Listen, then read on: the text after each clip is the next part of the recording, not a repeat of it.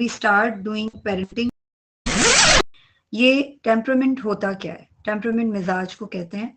मिजाज वो फितरी तरीका है जिससे बच्चा सोचता है, जिससे बच्चा महसूस करता है और उसका रिएक्शन देता है। कि आपका वो रवैया जो अनइंटेंशनली आपकी शख्सियत का हिस्सा बन जाता है, जिसके लिए आपको सोचना नहीं पड़ता। तो अपने बच्चे को अपने बच्चे के शूज में रख के खुद को देखने की कोशिश करें कि वो इस वक्त किस सिनेरियो से, किस मेंटल स्टेट से गुजर रहा है। बच्चा फाइट एंड फ्लाइट में जाता रहता है और वो फाइट एंड फ्लाइट क्या करते हैं, बच्चे के सारे आईक्यू लेवल को जीरो पर ले जाते हैं। हमारे छोटे से मासूम बच्चे जो दुनिया को हमारी नजरों से देखना सीख रहे हैं, एक मेंटली डिस्टर्ब माशरे को झेलने पे मजबूर है और बहुत वंडरफुली झेल भी रहे हैं, हैंडल भी करने की कोशिश कर रहे हैं। हमसे हमारे बच्चे को समझाने से ज्यादा समझने की जरूरत है, जो हम नहीं कर रहे होते। अस्सलाम वालेकुम वरहमतुल्लाहि वबरकातुहू। आऊज़ु बिल्लाहि मिनश शैतानिर रजीम। बिस्मिल्लाहिर रहमानिर रहीम। मेरी आवाज सबको आ रही है?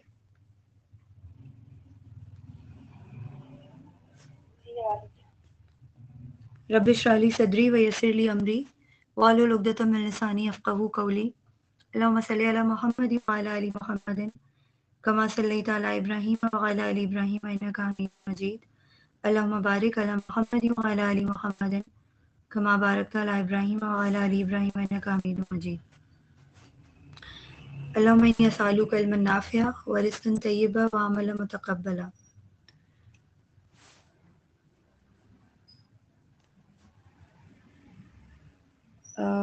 let me share the screen. Screen नजर आ रही है सबको?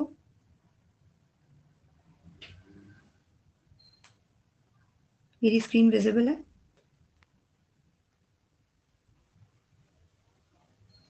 ऑल राइट, जज़ाकल्लाह खैर। आज हमारा मॉड्यूल 2 है और उसका वीक 7 है हमारे कोर्स का। और आज हम टेम्परामेंट के ऊपर डिस्कस करेंगे इंशाल्लाह, but before that we need to start. Let's begin with mindfulness for conscious learning. Just keep your eyes closed and for a while, and keep breathing in and out, and just start thinking that why we are here in this session, why we are sitting here, and what should we do for that. Are we going to learn? क्या हम सीखने के लिए यहाँ पर बैठे हुए हैं या हम किस मकसद से यहाँ पर आए हैं? Just close your eyes and have a deep breath.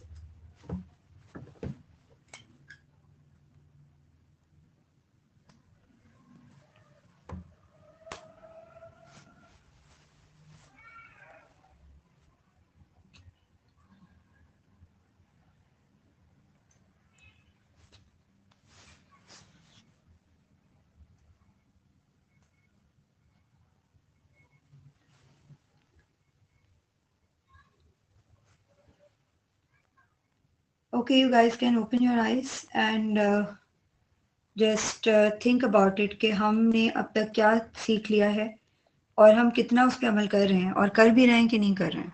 ये जानना बहुत ज़रूरी है कि हम जो भी सीखते हैं रेगुलर बेसिस पे, चाहे वो ये सेशन से रिलेटेड इंफॉर्मेशन हो या अपनी ग्रोथ के ऊपर हम कहीं से भी कुछ भी मटेरियल गैदर कर रहे हैं या कंटेंट उठा रहे हैं या सुन रहे हैं या किसी की स्पीच सुन रहे हैं या कोई कोर्स कर रहे हैं, कुछ भी सीख रहे हैं, हम उसको सीखने के बाद कितना अप्लाई कर रहे हैं। चाहे वो कुरान की एक आयत ही क्यों ना हो, चाहे सीरा के वाक़यात ही क्यों ना हो, साहबा कराम की लाइफ ही क्यों ना हो, या कोई भी एक दुनियावी कोई नॉलेज या इंफॉर्मेशन गैदर कंटेंट ही क्यों ना हो। ये बहुत ज़रूरी है कि हम जो कुछ सीख रहे हैं वो हमारी ज़िंदगियों में कितना अप्लाई हो रहा है। अगर नहीं हो रहा तो क्यों नहीं हो रहा, इसके बारे में सोचना बहुत ज़रूरी है।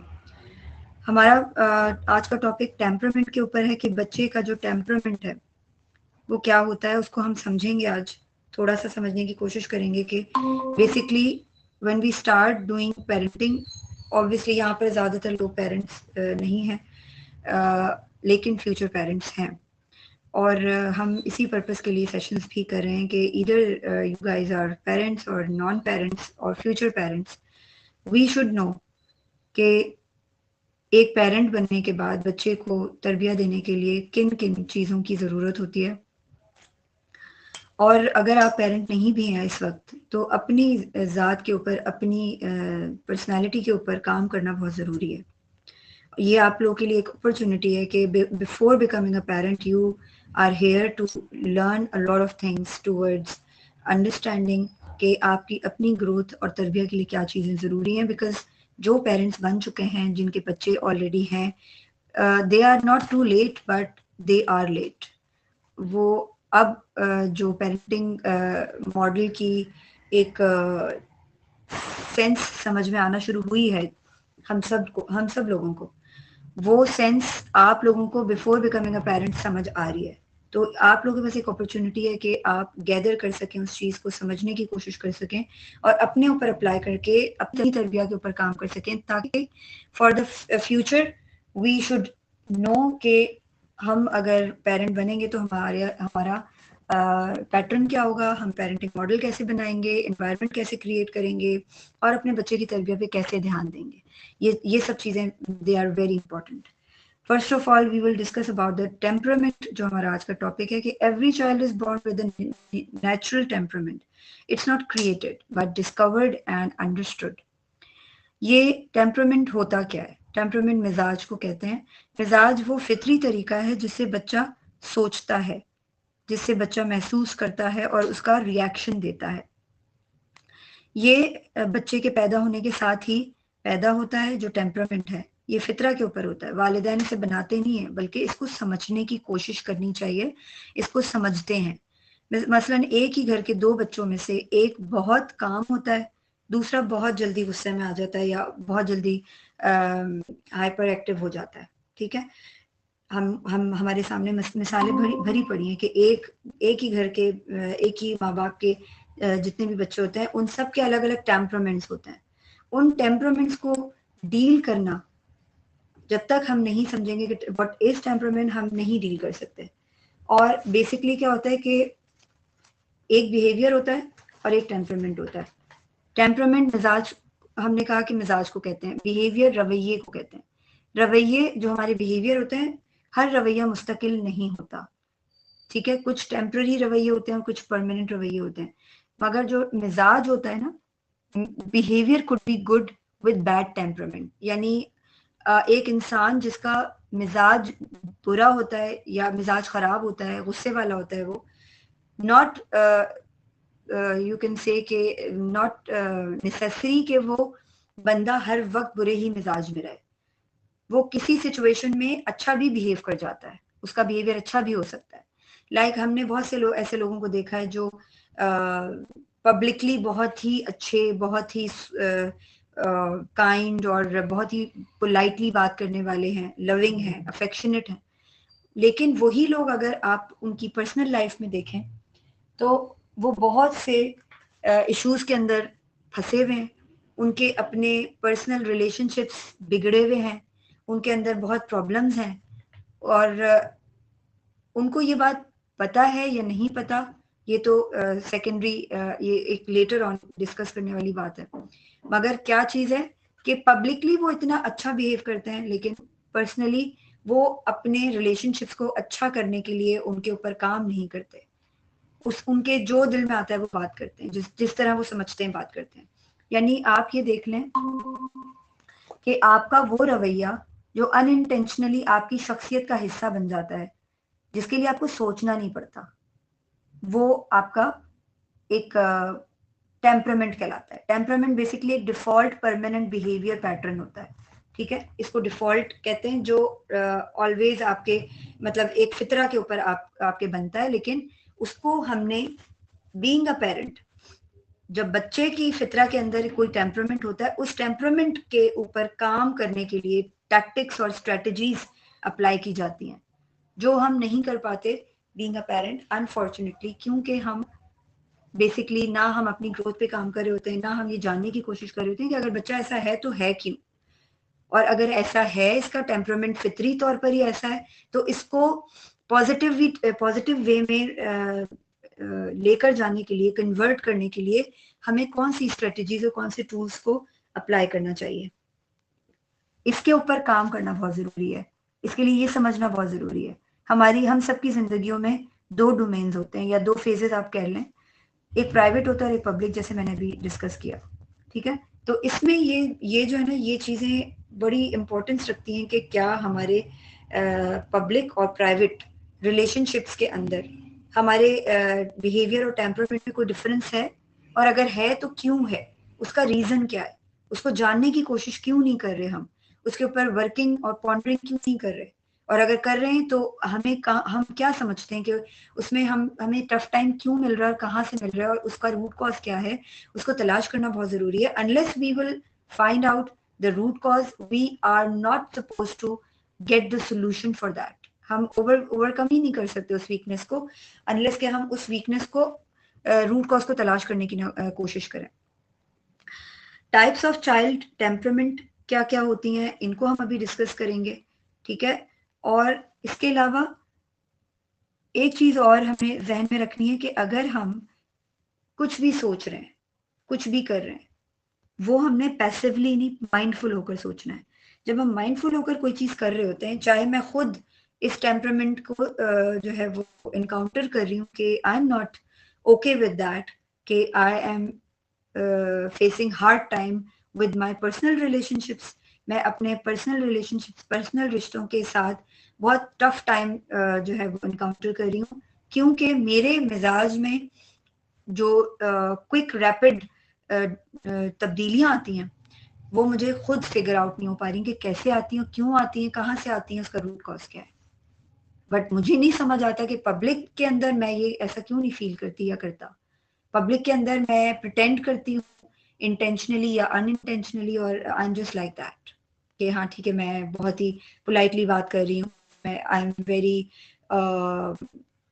You can say get going, easy going, I am the person कि पीपल लोग जो हैं वो इस तरह सोचते हैं कि मैं बड़ा फ्रेंडली हूँ, बहुत काइंड हूँ, बट मेरे घर वालों के साथ मेरे रिलेशनशिप क्यों खराब है मुझे नहीं समझ आती। तो इस चीज के लिए ये समझना बहुत जरूरी है, which type of child temperament you had went through in your childhood, या अभी भी आप किस तरह का टेम्परामेंट जो है उसको फेस कर रहे हैं। इसमें डिफरेंट टेम्परामेंट्स मेंशन किए हुए इन्होंने, easy, slow to warm and strong willed, children respond differently and need different parenting approaches. Parenting approach उस वक्त डिसाइड की जाती है जब हमें ये पता हो कि बच्चा किस टेम्परामेंट के अंदर इंडल्ज है, उसका टेम्परामेंट क्या है, उसका बिहेवियर उस टेम्परामेंट को कैसे कैसे रिप्रेजेंट कर रहा है, किस तरह से वो सोशली एक्ट करता है, किस तरह से वो प्राइवेटली एक्ट करता है। This is the thing which we need to discuss about that. सबसे पहले इजी या फ्लेक्सिबल चाइल्ड को हम डिस्कस कर लेते हैं। इजी या फ्लेक्सिबल चाइल्ड कौन होता है? जो पुरसकून काम बच्चा होता है, ठीक है। उसको हम ये कह सकते हैं कि he is easy to adopt some kind of routine. वो इजीली कोई भी रूटीन चेंज कर सकता है अपनी, या अडॉप्ट कर सकता है आसानी के साथ। वो सो जाता है, फ्रेंडली होता है, ठीक है, बहुत जल्दी एडजस्ट कर लेता है चीज़ों में। लाइक फॉर इंस्टेंस, अगर एक बच्चा कहता है अगर उसकी पेरेंट्स कुछ कहते हैं तो वो कहता है ओके मामा या ओके बाबा, आई विल वेट, तो पेरेंट्स फील रिलैक्स्ड। अब यहाँ क्या होता है, यहाँ एक क्लैश आ जाता है, एक डिस्प्यूट पैदा हो जाता है कि जब ज्यादा बच्चे होते हैं, उन ज्यादा बच्चों में एक स्टबर्न है, एक बात नहीं सुन रहा, एक ऊंचा बोल रहा है, एक मिसबिहेव कर रहा है, एक पुरसकून है, एक काम डाउन बच्चा है और जो इजीली सुन लेता है। तो हम क्या स्टार्ट कर देते हैं, हम कंपैरिजन स्टार्ट कर देते हैं। कंपैरिजन स्टार्ट करने के बजाय आप चीजों को टैक्टिकली हैंडल करने की कोशिश करें। अपने, अगर आपके पास आपके 3 बच्चे हैं, 4 बच्चे हैं, 2 हैं, आपको बैठकर ये सोचना है कि किस बच्चे के ऊपर कौन सी पेरेंटिंग अप्रोच अप्लाई की जाए, किसके साथ कैसे बात की जाए। 2-3 डिफरेंट टेम्परामेंट के बच्चों को आप एक ही लाठी से नहीं हाँक सकते, या एक ही स्ट्रेटजी आप उन पर अप्लाई नहीं कर सकते, ठीक है। बहुत से बच्चे ऐसे हैं कि जो स्ट्रिक्ट एनवायरनमेंट के ऊपर अगर उनको रेस करने की कोशिश की जाए तो वो उसी के अंदर उसको वो उसके ऊपर ही वो रेज हो सकते हैं, ठीक है। मगर उसके अगर उसी बच्चे के दूसरे बहन भाई हैं, नॉट पॉसिबल कि वही सेम पैटर्न ऑफ मॉडल जो आप पेरेंटिंग का अपने पहले बच्चे पे अप्लाई करें वो दूसरे पे भी अप्लाई हो, वो तीसरे पे भी अप्लाई हो, not possible. That's why we need to do the research, we need to learn a lot of things towards understanding the parenting approaches, कि parenting approach हमारी क्या होनी चाहिए. ये बहुत ज़रूरी है कि हमारा अपने बच्चे के साथ क्या किस तरह से बॉन्ड बनेगा. एक बच्चा बड़ा डिफिकल्ट है टू अंडरस्टैंड कि वो क्या सोच रहा है, क्या कर रहा है, he is very super active. एक बच्चा बहुत काम डाउन है, बहुत स्लो एंड स्टेडली रिएक्ट करता है और हर चीज़ में चलने की कोशिश कर रहा होता है. But we need to understand that what we are gonna do. We need to understand कि हमने सारे बच्चों को एक साथ नहीं लेके चलना. दूसरा बच्चा होता है स्लो टू वार्म. अब स्लो टू वार्म में क्या होता है, एक बच्चा ऐसा जो आहिस्ता घुलने मिलने वाला हो, ठीक है, एकदम से वो एडजस्ट नहीं कर पाता माहौल के अंदर, ठीक है, वो थोड़ा सा टाइम लेता है, वो रिस्पॉन्ड करने में फौरन रिस्पॉन्स नहीं देता और रिस्पॉन्ड करने में टाइम लेता है, रिएक्ट करने में टाइम लेता है. You can't even figure out कि आपका बच्चा अभी क्या करने वाला है, ठीक है, उसको थोड़ा माहौल को समझने में, लोगों को समझने में वक्त चाहिए होता है.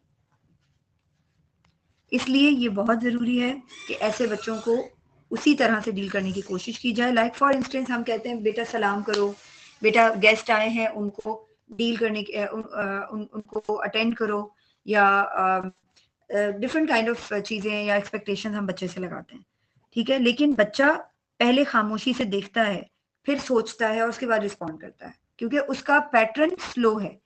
ही माइट बी लिटिल शाय, वो शाय भी हो सकता है, या वो इंट्रोवर्ट हो सकता है जो कम सोशलाइज करना अच्छा लगता हो जिसको, ठीक है.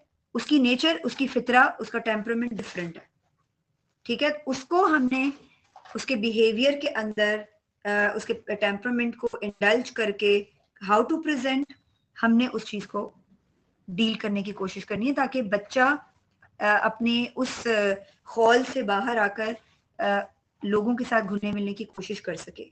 मगर वो हम क्या करते हैं, ये क्या कर रहे हो, जल्दी करो, ये काम कर लो, let's go, we are getting late, हमें किसी इवेंट पे जाना है तो तुम इतना स्लो कर रहे हो. ये सब चीजें बच्चे को फाइट एंड फ्लाइट में ले जाती हैं. आप बच्चे को उसके लेवल के ऊपर बैठकर आप उससे कम्युनिकेट करें. आई कैन अंडरस्टैंड बेटा, take your time, no problem, I don't have any issue. When you will mentally prepare that you will go to the guests and you will talk to them, it's okay. आप आ जाना guest room में थोड़ी देर में. तो अपने बच्चे के shoes में रख के खुद को देखने की कोशिश करें कि वो इस वक्त किस सिनेरियो से, किस मेंटल स्टेट से गुजर रहा है, और उसी तरह उसको डील करने की कोशिश करें. बीइंग एम्पैथेटिक पेरेंट, ठीक है, ये बहुत जरूरी है. थर्ड कैटेगरी है strong willed children. How to respond. They all of them are differently react, differently respond. Strong willed और स्पिरिचुअल बच्चे कैसे होते हैं, जो जिद्दी होते हैं या जज्बाती होते हैं, ठीक है, उनके पास स्ट्रॉन्ग डिसीजन मेकिंग होती है. They can easily make strong opinions, gets angry very quickly and wants to control the things. वो बेसिकली वो क्या होते हैं, डोमिनेंट होते हैं, डोमिनेट करने की कोशिश करते हैं, वो कंट्रोलिंग होते हैं, ठीक है, अपनी मर्जी से चीजों को करने की कोशिश करते हैं, डिसीजन खुद से बनाने की कोशिश करते हैं. उनकी कोशिश होती है कि वो खुद अपनी जिंदगी को गुजारें, वो खुद अपने तरीके से चीजों को टैकल करें. तो ऐसे बच्चों को डील करना लिटिल बिट डिफिकल्ट होता है. तो अगर एक बच्चा कह रहा है कि मैंने ये कपड़े नहीं पहने, या मुझे अपने कपड़े खुद चूज करने हैं, ठीक है, तो आपने अपने बच्चे को ये नहीं कहना कि you are so stubborn, just do what I say. हम क्या कहते हैं, जो मैंने कहा है वो करो, you should have to do it, you are responsible to listen to me. Instead of that हम ये कह सकते हैं, okay I understand, I respect your choice, whatever you want, choose between these two shirts. आप उसको option दे अपने बच्चे को कि ये 2 या 3 शर्ट्स हैं, इसमें से आप कोई भी चूज कर लो. इफ यू वांट कि बच्चा एक अच्छा ड्रेसअप होकर जाए और सारा कुछ, ऑब्वियसली बच्चे छोटे होते हैं, वो अपने तरीके से सोचते हैं, बट हमने उन चीजों को टैकल करने की कोशिश करनी है, टू हेल्प देम. अपने बच्चों की हेल्प करने की कोशिश करनी है, क्योंकि उनको नहीं पता वो सीख रहे हैं, अपने टेम्परामेंट से लड़ रहे हैं। हम सब जानते हैं कि ब्रेन केमिकल्स कैसे हमें गुस्सा दिलाते हैं, कैसे हमें प्रोवोक करते हैं, कैसे हमें बहुत सारी चीजें हमारे दिमाग में, हमारी बॉडी में रैपिडली चेंज हो रही होती हैं। अगर हम बीइंग अ पेरेंट अपने बच्चों को इस तरह से डील करने की कोशिश नहीं करेंगे, वो भी ये नहीं सीखेंगे, वो भी उसी तरह रिएक्ट करेंगे, पैनिक होंगे, क्योस में आ जाएंगे और उसी तरह डील करके उसी तरह रिस्पॉन्ड करने की कोशिश करेंगे, जो उनके लिए हार्मफुल भी हो सकता है। Why respecting temperament matters? Children blossom when their natural personality is accepted, not compared or forced to change. हमें टेम्परामेंट के जो मामलात हैं उनकी रिस्पेक्ट क्यों करनी चाहिए? क्या रीजन है?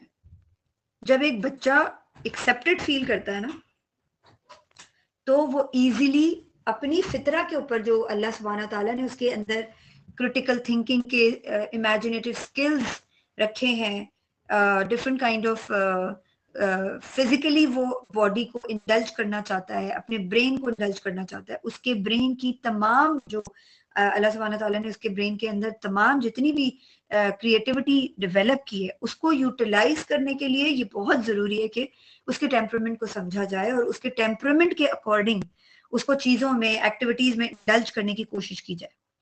उससे क्या होता है, जब हम बच्चे की फीलिंग्स को एक्सेप्ट कर रहे होते हैं, उसकी फीलिंग को एक्नॉलेज करने के बाद उसके साथ उसको एक्सपोजर दे रहे होते हैं, उसको ऑप्शंस प्रोवाइड कर रहे होते हैं, जिन ऑप्शंस को अपनी चॉइस से अडॉप्ट करने के बाद वो अपनी फितरा के जो फितरा ने जो उसके अंदर क्रिएटिविटी डेवलप की है वो इनहैंस होती है, वो इम्प्रूव होती है और आपको नजर आता है कि आपका बच्चा एक नेचुरली एक उसका टैलेंट नजर आना शुरू हो जाता है जो भी वो कर रहा होता है। तो ये बहुत जरूरी है कि इन चीजों के ऊपर वर्किंग की जाए, बिकॉज ये क्या डेवलप करते हैं आपके बच्चे के अंदर? Confidence, trust and emotional safety. जब तक बच्चा इमोशनल सेफ्टी अपने पेरेंट्स के साथ नहीं फील करता ना, बच्चा फाइट एंड फ्लाइट में जाता रहता है और वो फाइट एंड फ्लाइट क्या करते हैं, बच्चे के सारे आईक्यू लेवल को जीरो पर ले जाते हैं, बच्चे की क्रिएटिविटी लॉक हो जाती है, क्रिटिकल थिंकिंग नहीं वो कर सकता और वो खौफ और फियर में चला जाता है। क्यों? क्योंकि पेरेंट्स अगर स्कोल्ड करते हैं, उनकी तरफ से एक बैड बिहेवियर बच्चे की तरफ जाता है एज अ रिएक्शन, बच्चा डर जाता है, बच्चा डेंजर फील करता है, सेफ्टी फील नहीं करता। जब वो इन चक्करों में पड़ जाता है उसका दिमाग, तो डेफिनेटली उसकी क्रिएटिविटी गायब हो जाती है।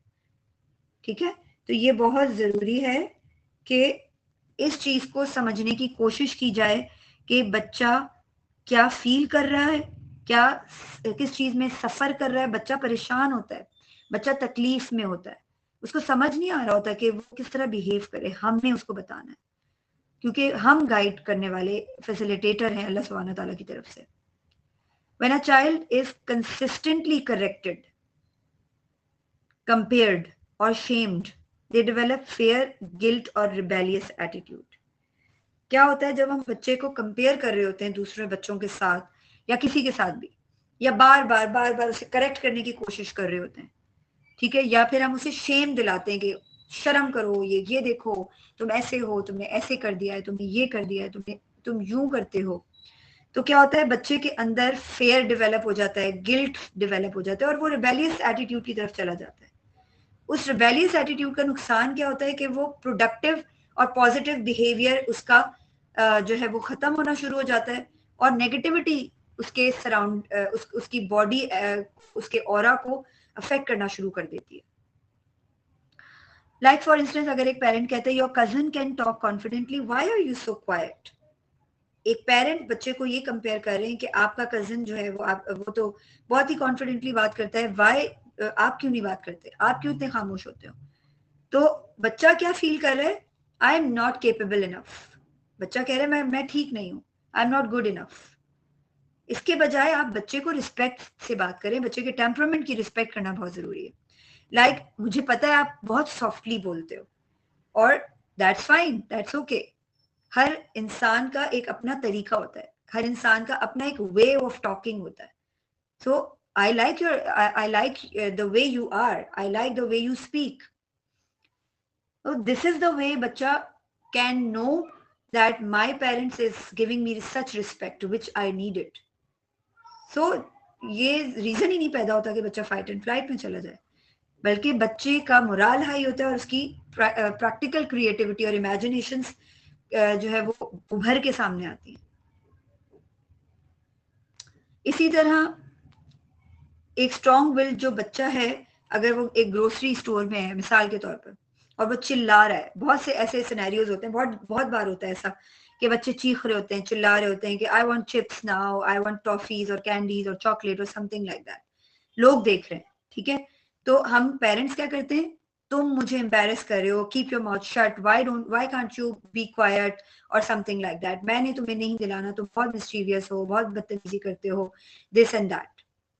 बजाय इसके अगर हम बच्चे के साथ, एक तो ये पहली चीज तो मैं ये बहुत दफा कहती हूँ कि इस सिनेरियो के आने से पहले बच्चे के साथ बिफोर हैंड कम्युनिकेशन कर ली जाए।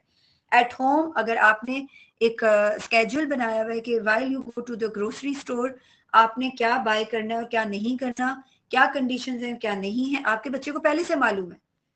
तो जब उसको पहले से मालूम होगा, आपकी पहले से कम्युनिकेशन हुई हुई है उसके साथ, तो ये सिचुएशन आ ही नहीं सकती।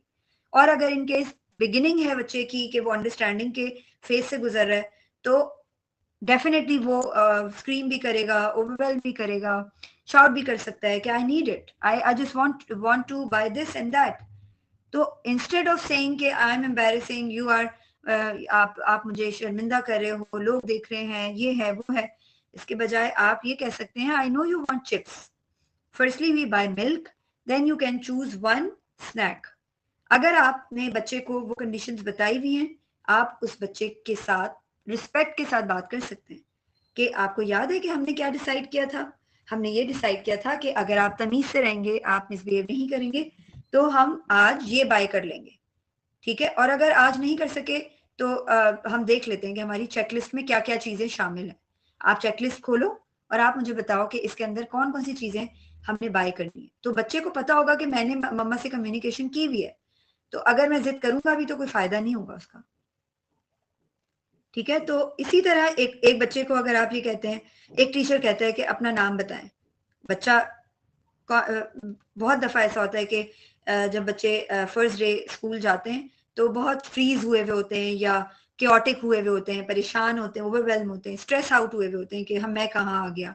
छोटे से बच्चे को अगर स्कूल भेजा जाए पहले दिन तो ऐसे ही उसका रिएक्शन होता है कि उसको समझ नहीं आता, या तो वो क्राइंग बेबी बना रहता है, या रोता रहता है, या टीचर को तंग करता रहता है, या बदतमीजी कर रहा होता है, या कुछ भी। पहले दिन बच्चे इस तरह से बिहेव करते हैं, ठीक है। तो अगर टीचर कह रही है अपना नाम बताएं और बच्चा नहीं बता रहा, ठीक है, तो पेरेंट की सपोर्ट क्या होनी चाहिए, it's okay, take your name, I know you can do it, when you feel ready you can tell the name to your teacher.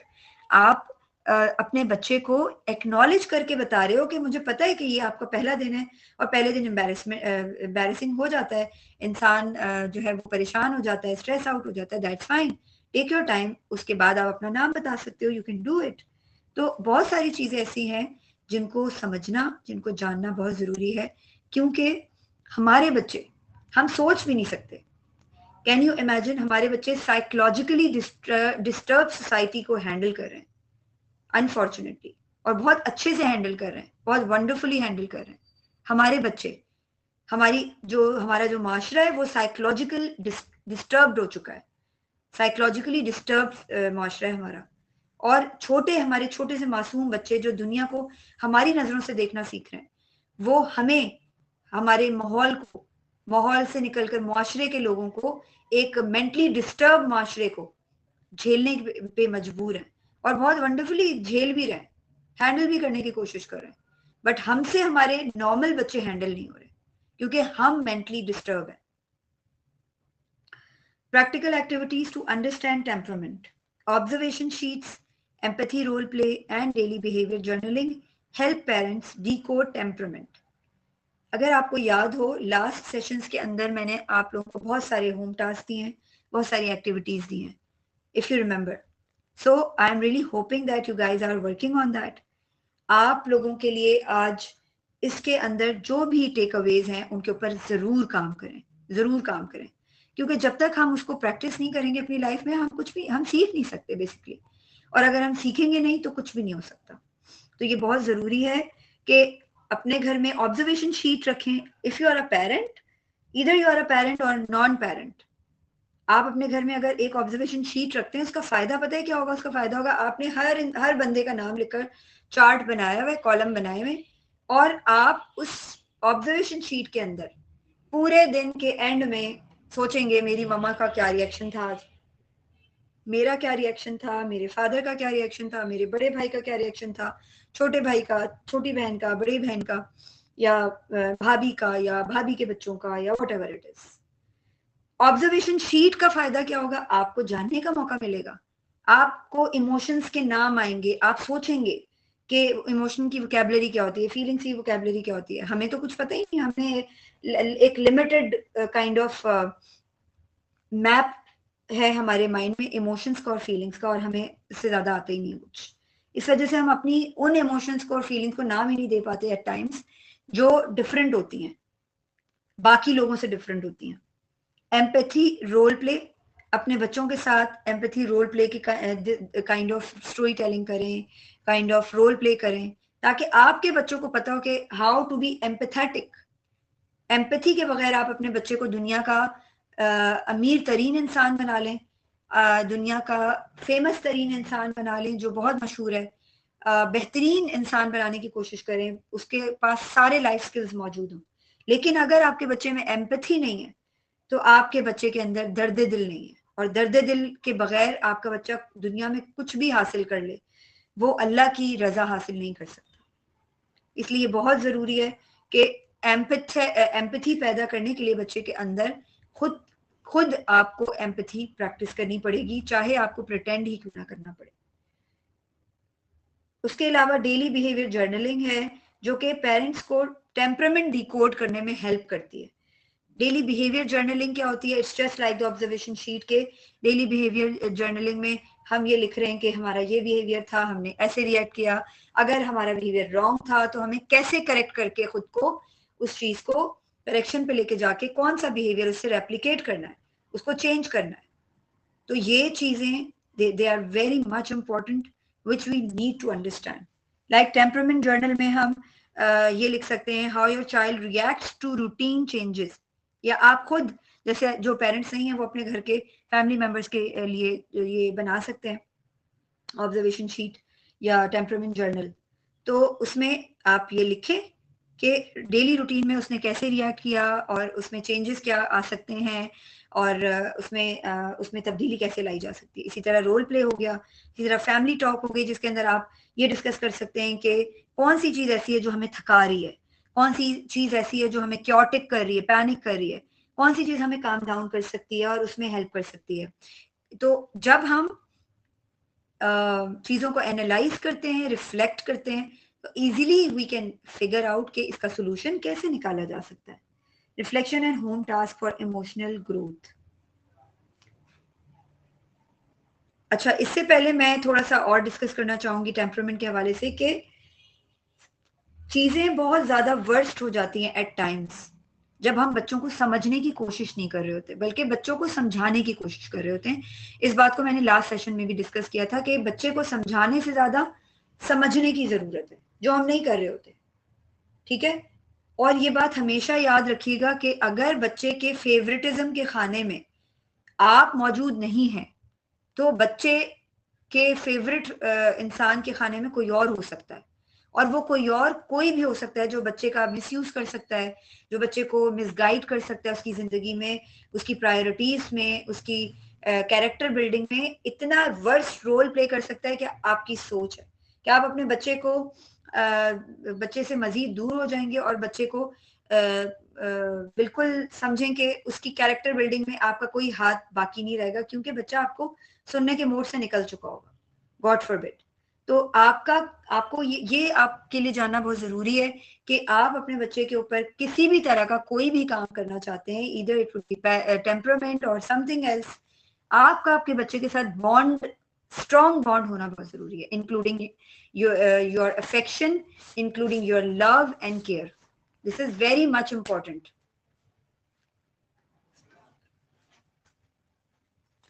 इस वजह से इसके ऊपर काम करना बहुत जरूरी है, इस पे काम करें. और ये बात याद रखिएगा कि जब हम बच्चों के साथ पेरेंटिंग मॉडल बच्चों के एनवायरनमेंट में अप्लाई कर रहे होते हैं और बच्चों के साथ चीजों को डील करने की कोशिश कर रहे होते हैं, उसमें हम नोटिस नहीं करते कि हमें गंदे कपड़े तो नजर आ रहे होते हैं, गंदी फर्श पे फैला हुआ दूध या फर्श पे गिरा हुआ पानी तो नजर आ रहा होता है, हमें फर्नीचर पे पड़ी हुई मट्टी तो नजर आ रही होती है, हमें ये नजर आ रहा होता है कि हमारा बच्चा जो है उसने कीचड़ में कपड़े गंदे कर दिए, कीचड़ में जूते गंदे करके आ गया है, या उसने घर गंदा कर दिया है, उसने चीजें तोड़ दी हैं, उसने मैस कर दिया है, लेकिन हमें उसके दिल में पैदा होने वाला मैस नजर नहीं आ रहा होता।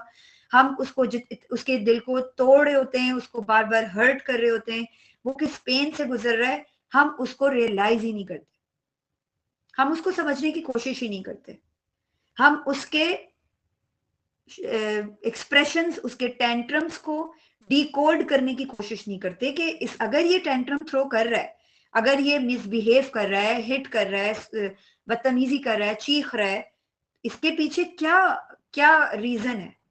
ऐसे तो कोई पागल नहीं है ना कि बच्चा मारना शुरू कर दे या डांट चीखना शुरू कर दे या बदतमीजी करना शुरू कर दे।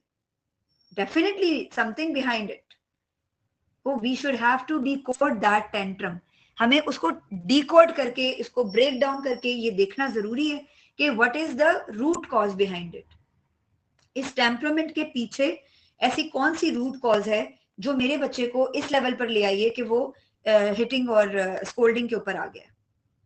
और आप ट्रस्ट मी, जब आप रूट कॉज ढूंढेंगे तो automatically you can figure out कि वो ट्रैश जो बच्चे के दिमाग में जा रहा है और वो ट्रैश जो बच्चे के रिएक्शन से निकलकर सामने आ रहा है, वो ट्रैश बच्चा ऑटोमेटिकली आपके एनवायरनमेंट से ही ले रहा है, आपके एनवायरनमेंट मौजूद लोगों से ले रहा है, चाहे वो बाहर जाकर ले रहा हो या घर के अंदर ले रहा हो, लेकिन वो उसके अंदर, उसके टेम्परामेंट के अंदर जो बैड थिंग्स डेवलप हो रही है वो आपके बिहेवियर एनवायरनमेंट से हो रही है।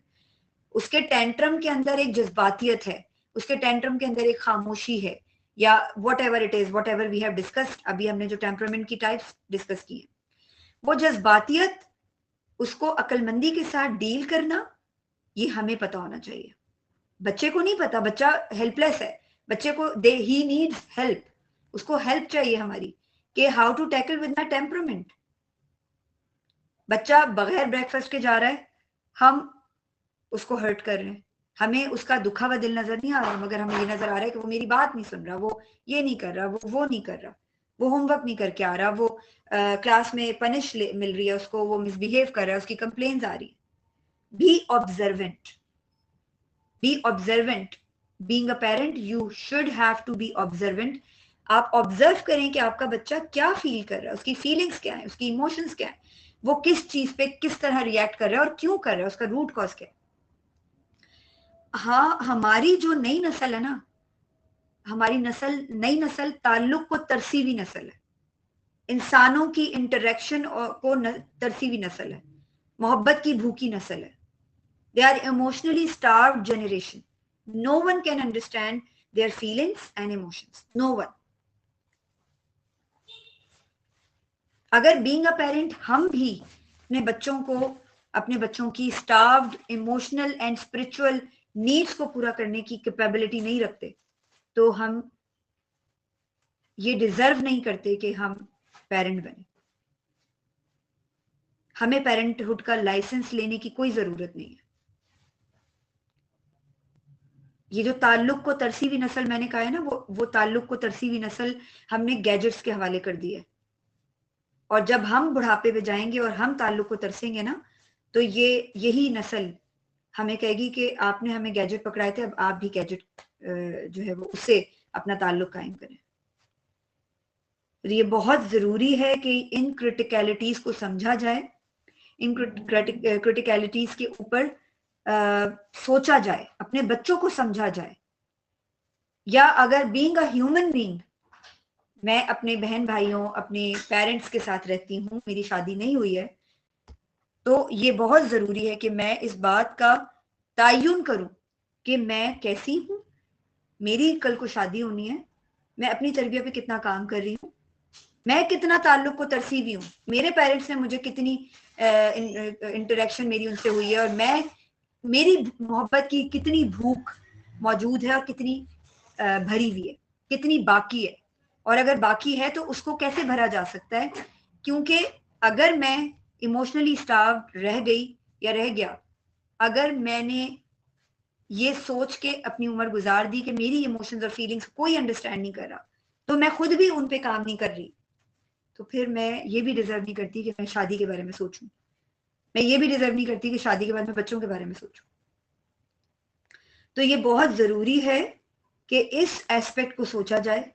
इस एंगल से हम नहीं सोचते अनफॉर्चुनेटली। हमारा बच्चा बिहेवियर जो हमारा दिखने वाला बिहेवियर होता है ना, दिखाई देने वाला, इसमें कोई शक की बात नहीं है कि जो जो रिश्ते होते हैं वो एक दूसरे से मोहब्बत करते हैं, प्यार करते हैं, एक दूसरे की परवाह करते हैं, लेकिन एक्सप्रेस करने के टाइम पर गुस्सा करते हैं। जो गुस्सा वो कर रहे होते हैं बच्चे पे, उस बच्चे को सिर्फ आपका वो देखने वाला विजिबल जो गुस्सा है वो नजर आ रहा है, उसको वो छुपी हुई मोहब्बत नजर नहीं आ रही, उस गुस्से में वो केयर नजर नहीं आ रही। इसलिए ये बहुत जरूरी है कि उसका जहन इसी चीज पे डेवलप हो रहा है। जब उसका जहन आपके जाहिरी रवैये पे डेवलप हो रहा है, तो वो कैसे रिकग्नाइज करेगा कि मेरे पेरेंट्स का जो छुपा हुआ हिडन लव और केयर है वो मेरे लिए है। वो तो उसी लव और केयर को ढूंढ रहे हैं ना। दैट्स व्हाई आई टोल्ड के ये this is the emotionally starve generation. उनको हक भी चाहिए, उनको प्यार भी चाहिए, उनको केयर भी चाहिए, वार्मथ भी चाहिए, फिजिकल टच भी चाहिए, जो हम नहीं दे रहे।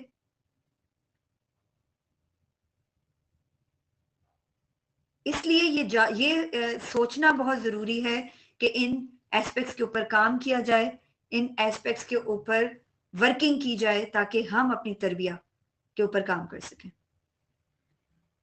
रिफ्लेक्शन और होम टास्क के अंदर नोटिस नोटिस करना शुरू करें। डोंट जज रिकॉर्ड डेली बिहेवियर्स।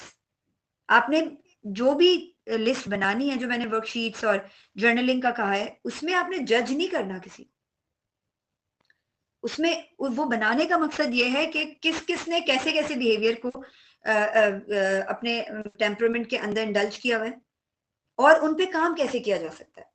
चाहे वो पेरेंट हो, चाहे वो बच्चा हो, चाहे यहाँ पर जो भी लोग बैठे हुए हैं, जो भी बच्चे हैं, स्टूडेंट्स हैं, पेरेंट्स हैं, whoever is here listening me, हमने किसी को जज नहीं करना। We are not here in this दुनिया टू जज, टू बीइंग जजमेंटल। किसी को भी, बीइंग अ ह्यूमन बीइंग भी, मेरे पास कोई राइट नहीं है मैं किसी को जज करूं। मेरे पास कोई यूटेंसिल ही नहीं है किसी को जज करने का, तो हाउ कैन आई जज एनीवन। आपको पता है जजमेंट क्या होती है? अजम्पशन होती है। अजम्पशन क्या होती है? बदगुमानी होती है। और ये हमें कुरान और सीरा से हमें हम पर ये वाजे है कि बदगुमानी अल्लाह सुब्हानहू तआला को सख्त नापसंद है। ये जो गुमान हम करते हैं ना, गुमान खुद से अखज कर लेते हैं, खुद से अज्यूम कर लेते हैं। मुझे नहीं पता कि मेरे घर में 4 लोग जो रहते हैं उनकी मैंने जर्नलिंग की है, उनकी टेम्परामेंट की का जर्नल बना रही हूँ या शीट बना रही हूँ। मुझे नहीं पता उनका जो टेम्परामेंट मैं नोटिस करके उसको नोट डाउन कर रही हूँ, नोट्स मेकिंग कर रही हूँ, उस टेम्परामेंट की रूट कॉज क्या है, वो कहाँ से आ रही है। इंस्टेड ऑफ दैट मैं क्या कर रही हूँ? जज कर रही हूँ। ये तो ऐसे बिहेव किया इसने, उसने तो आज ऐसे बिहेव किया है, ये तो ऐसे होना चाहिए था, ये तो वैसे होना चाहिए था। हमें एडजस्ट करना है अपने रिएक्शंस को किससे मैच करने के लिए, जिससे भी हम मैच करना चाह रहे हैं, चाहे वो बच्चे की यूनिकनेस हो, चाहे वो मेरे फादर की यूनिकनेस हो, मदर की हो, सिबलिंग की हो, किसी की भी हो। मैंने सबसे पहले एक इंसान बनकर ये चीजें सीखने की कोशिश करनी है, उसके बाद ही मैं पेरेंटहुड या चाइल्डहुड या डॉटरहुड और सनहुड सीखूंगी। तो ये बहुत जरूरी है। ये बहुत जरूरी है कि आज का एक मॉरल जो एक लेसन है जो मुझे एक्सट्रैक्ट है इस सेशन का क्रक्स है कि आपने जजमेंटल होकर किसी के बारे में कोई राय कायम नहीं करनी। We are not suppose to, because we don't have any right. अल्लाह सुब्हानहू तआला ने हमें ये राइट नहीं दिया कि मैं किसी को भी पॉइंट आउट करके कहूँ ये ऐसा है और ये वैसा है। मेरे पास कोई राइट नहीं है। ये बात याद रखिएगा। और ये चीज मैं इसलिए हाईलाइट कर रही हूँ, इस चीज को लेकर हमारी सोसाइटी में जो एक नासूर डेवलप हो चुका है और हो जा रहा है। ऐसे स्कॉलर्स, ऐसे लोग जिनकी फैन फॉलोइंग मिलियंस में है, मिलियंस में, वो एक दूसरे की प्राइवेसी ब्रीच करने में लगे हुए, वो एक दूसरे को फिंगर पॉइंट कर करके जज बने हुए, एक दूसरे को जज करने में लगे हुए। हु आर यू टू जज टू समवन? किसने दिया आपको लाइसेंस किसी को भी जज करने का? हमने ये बात सीखनी है आज के सेशन में, ये चीज लेकर जाए यहां से कि कभी भी अपने आप को उस लेवल पे लेकर ना जाएं जिस लेवल पे अल्लाह सुब्हानहू तआला को आपको जवाब देना पड़े कि why did you being judgmental, you didn't have the right to जज someone. I hope you got it. जज़ाकल्लाह खैर। किसी का कोई भी क्वेश्चन है, यू कैन डू इट।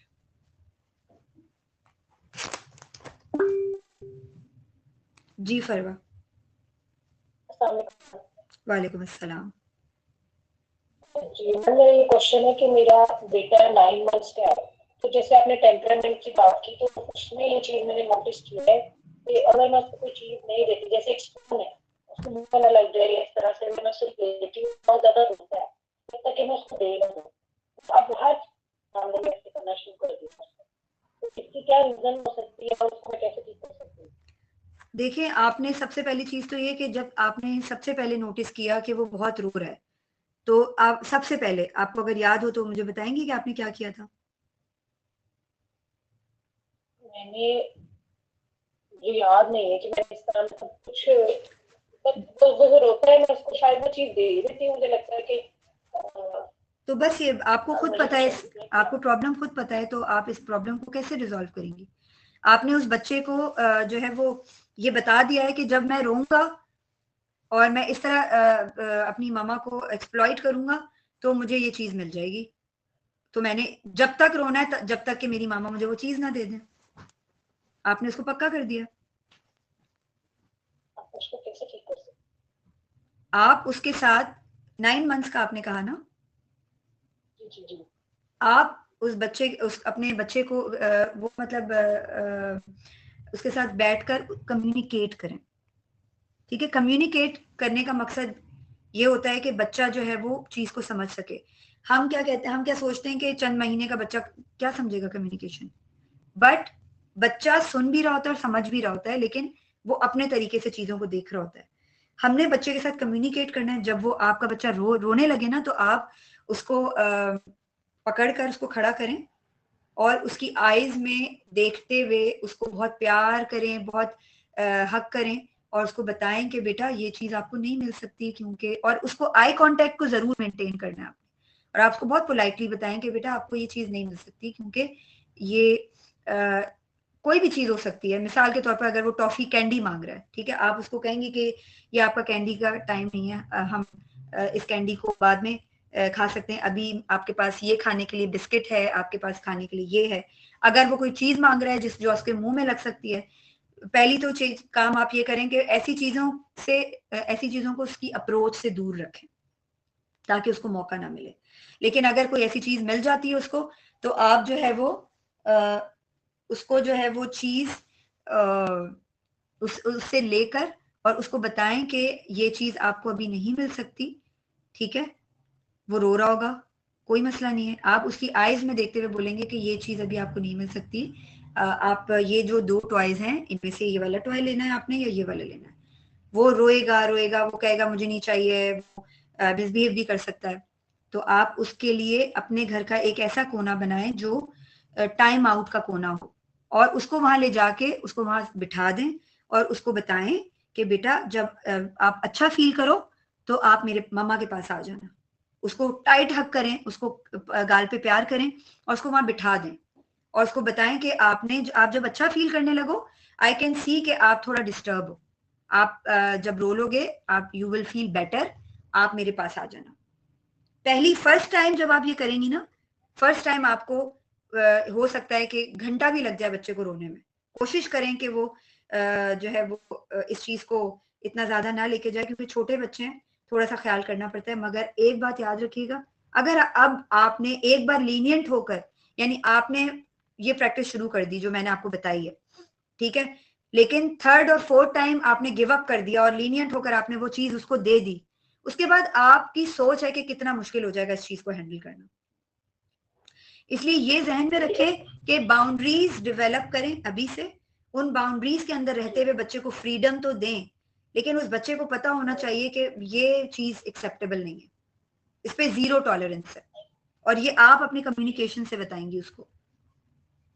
जी जी, अभी वो सिर्फ 9 मंथ्स का है, मतलब कि उसके लिए टाइम तो नहीं सेट कर सकती ना, डिस्ट्रैक्शन भी हो सकती है, जैसे मैं डिस्ट्रैक्ट हूँ किसी और चीज से।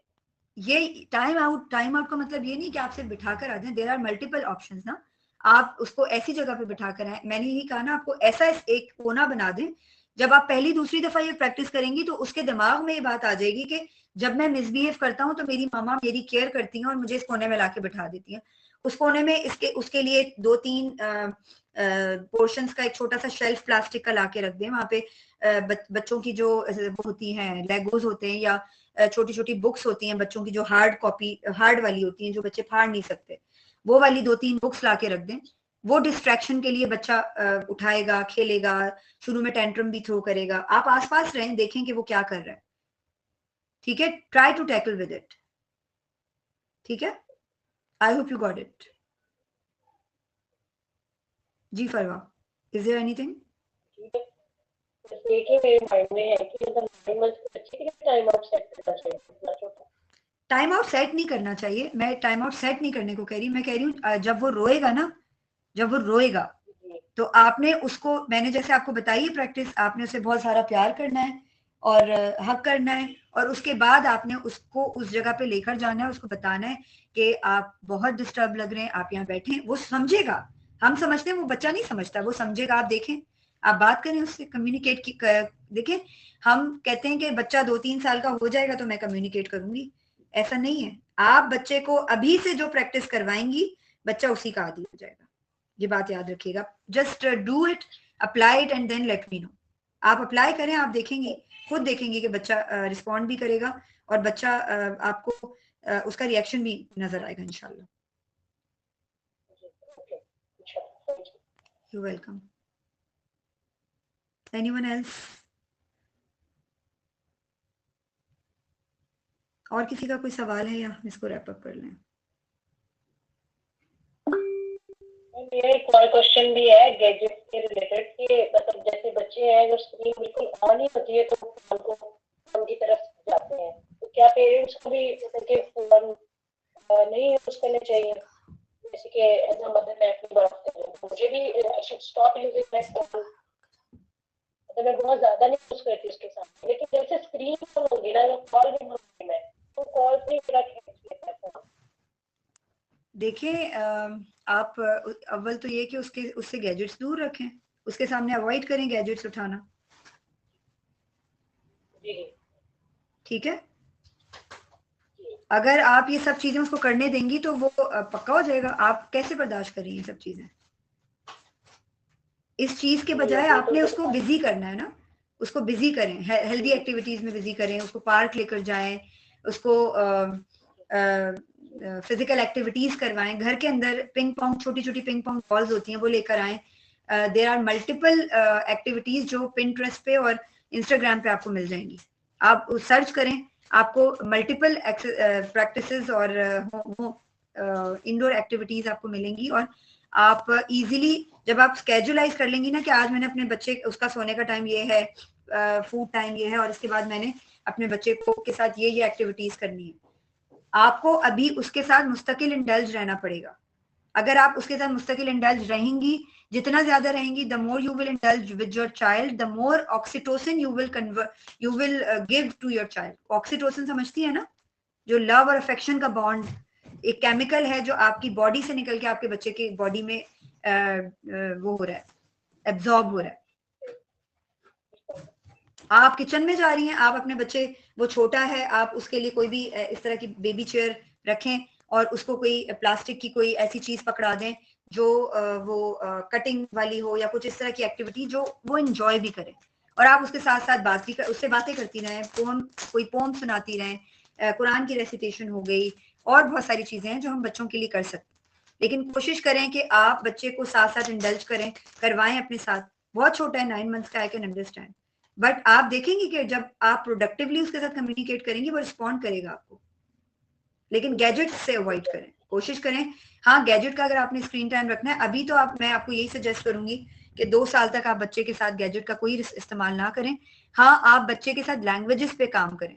बच्चे के साथ आपने जो जो लैंग्वेजेस उसको सिखानी है, आप खुद उसको थोड़ा थोड़ा खुद सीखने की कोशिश करें, छोटे छोटे सेंटेंसेस, और वो बच्चे के साथ बोला करें। जैसे अरेबिक हो गई, इंग्लिश हो गई, या और कोई लैंग्वेज जिसमें आपको इंटरेस्ट हो।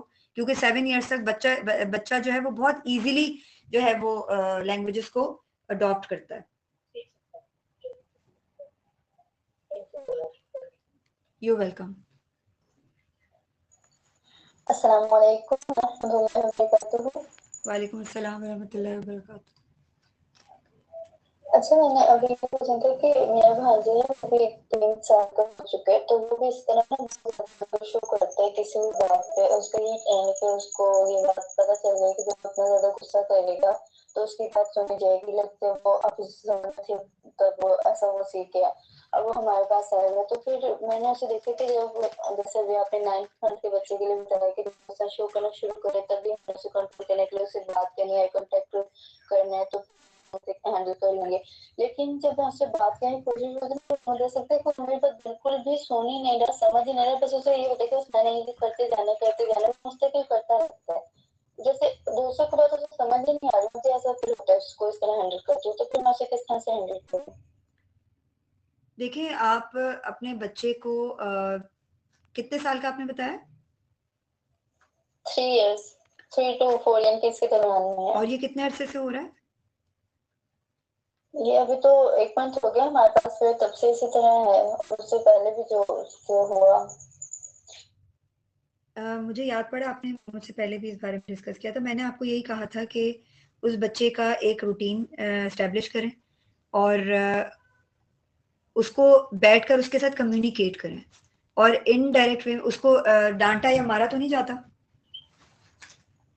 कोशिश तो करती हूँ कि नहीं हो, बट कभी कभी आप भी कर जाती हैं।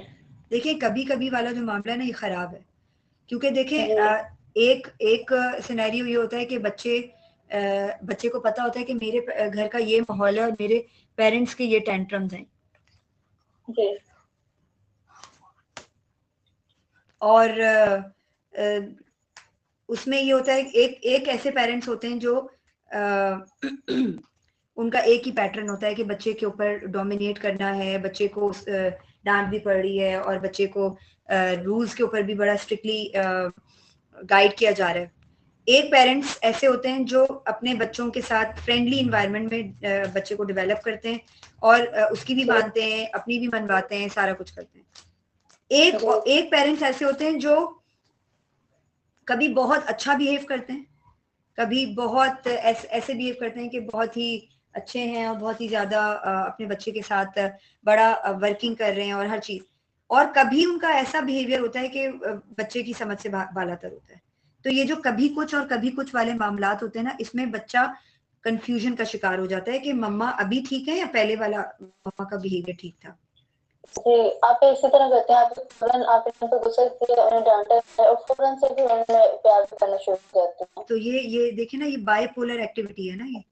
ये बायपोलर एक्टिविटी का मतलब ये है कि मैं ये नहीं कह रही bipolar is the psychological issue, but bipolar का मतलब ये कि आप जब बच्चा एक ही पेरेंट को दो चीजें थोड़ी थोड़ी देर में चेंज होते हुए देख रहा है, वो क्या सीखेगा? आप खुद सोचें। उसके टेम्परामेंट का इशू आएगा, डेफिनेटली आएगा। आप ही को अपने ऊपर काम करने की जरूरत है, बच्चा खुद ठीक हो जाएगा। I am hoping you are getting my point. आप उनसे बात करें, क्योंकि बच्चा अपनी माँ जो है ना, वो पहला दुनिया का पहला इंसान होती है जिससे बच्चा सीख रहा होता है, जिस जैसा बनना चाह रहा होता है। उसके बाद बाप की बारी आती है और फिर बाकी लोगों की।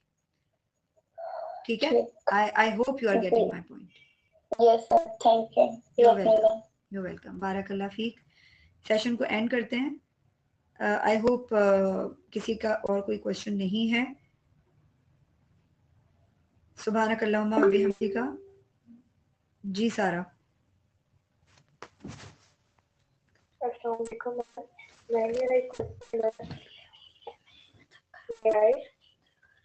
Yes yes sure. मैम मेरा क्वेश्चन ये है कि ना हमें दूसरों को कैसे डील करना है, ये जैसे एक चीज है कि ये चीज सिखाने के आपने मैंने दूसरों को बनाती हूँ पैसा पोस्ट करनी है, जैसे इंडिविजुअल आपने दूसरों को एक चीज है, लेकिन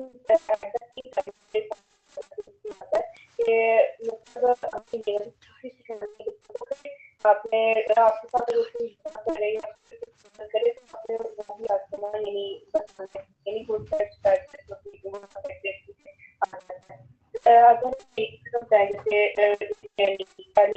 जैसे आपने बच्चा एक यानी कुछ भी नहीं बताएगा दूसरी तरफ लेके जाऊंगी तो मतलब कोई चीज हर एक चीज बताना शुरू कर देगा और जो नहीं करना तो इस केस में मुझे कैसे ट्रीट करना है बच्चे को और बच्चे को कैसे सिखाने से बैलेंस कैसे करना है इन दोनों चीजों को। आप बच्चे के साथ कितना कम्युनिकेट करती हैं? मैम मैं ये अपने टीचर को ना मैं टीचर हूँ।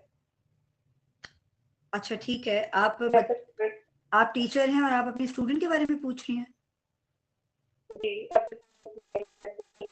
अच्छा ठीक है, तो देखिए पहली चीज तो ये कि आपको बच्चे का बैकग्राउंड जानना पड़ेगा ना, उसकी मदर से, उसकी मदर या फादर को बुलाकर उनसे बात करनी पड़ेगी, तभी आपको पता चलेगा कि बैकग्राउंड क्या है, पीछे से उसका बैकग्राउंड जानना बहुत जरूरी है।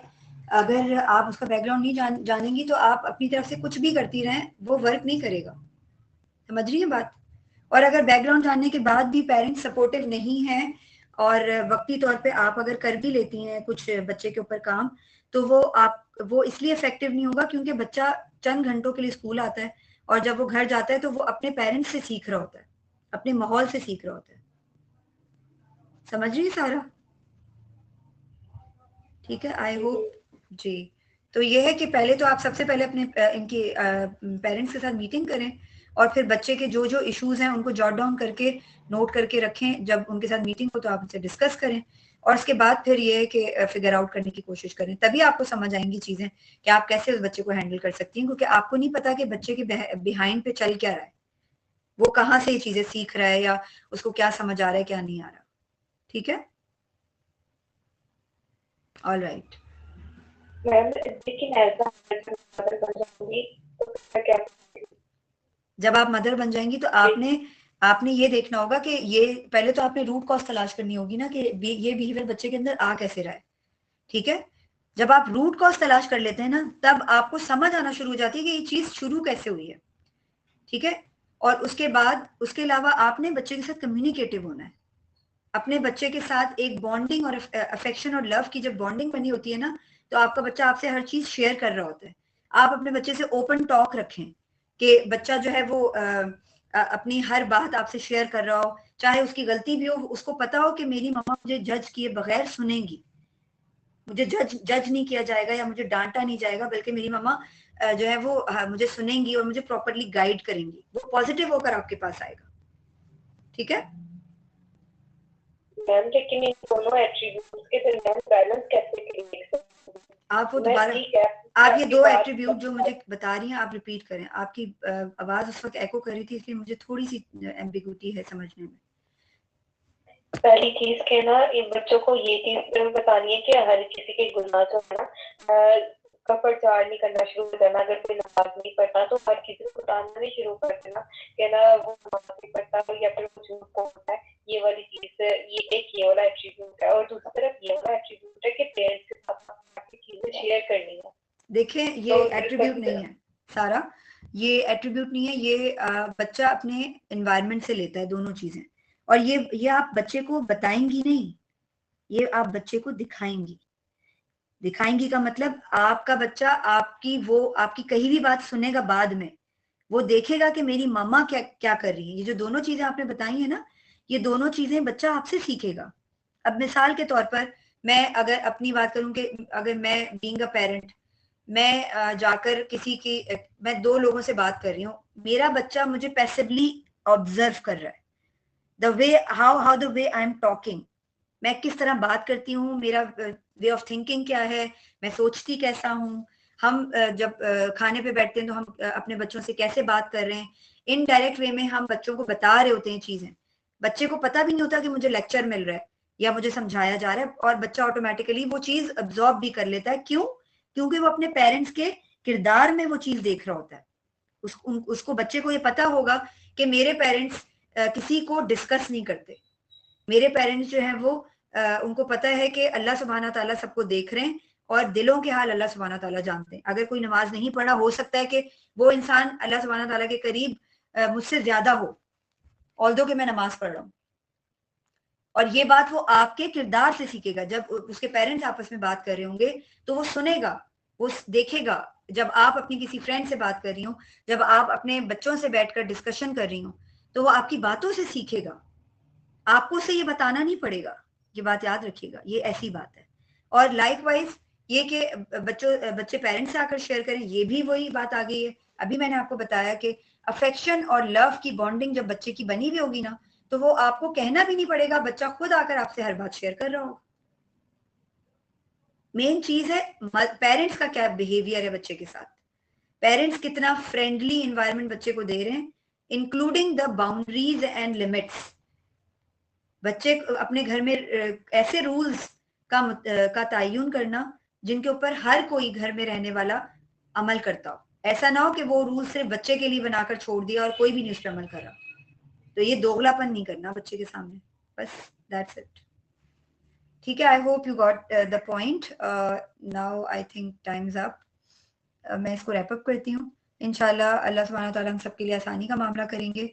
और मेरी आप लोगों से रिक्वेस्ट है कि अपनी लाइफ में इम्प्लीमेंट जरूर करें जो भी सीख रहे हैं यहाँ से या कहीं से भी। सुब्हानकल्लाहुम्मा बिहम्दिका अशहदु अल्ला इलाहा इल्ला अंता अस्तगफिरुका व अतूबु इलैक। अस्सलामु अलैकुम व रहमतुल्लाहि व बरकातुहू।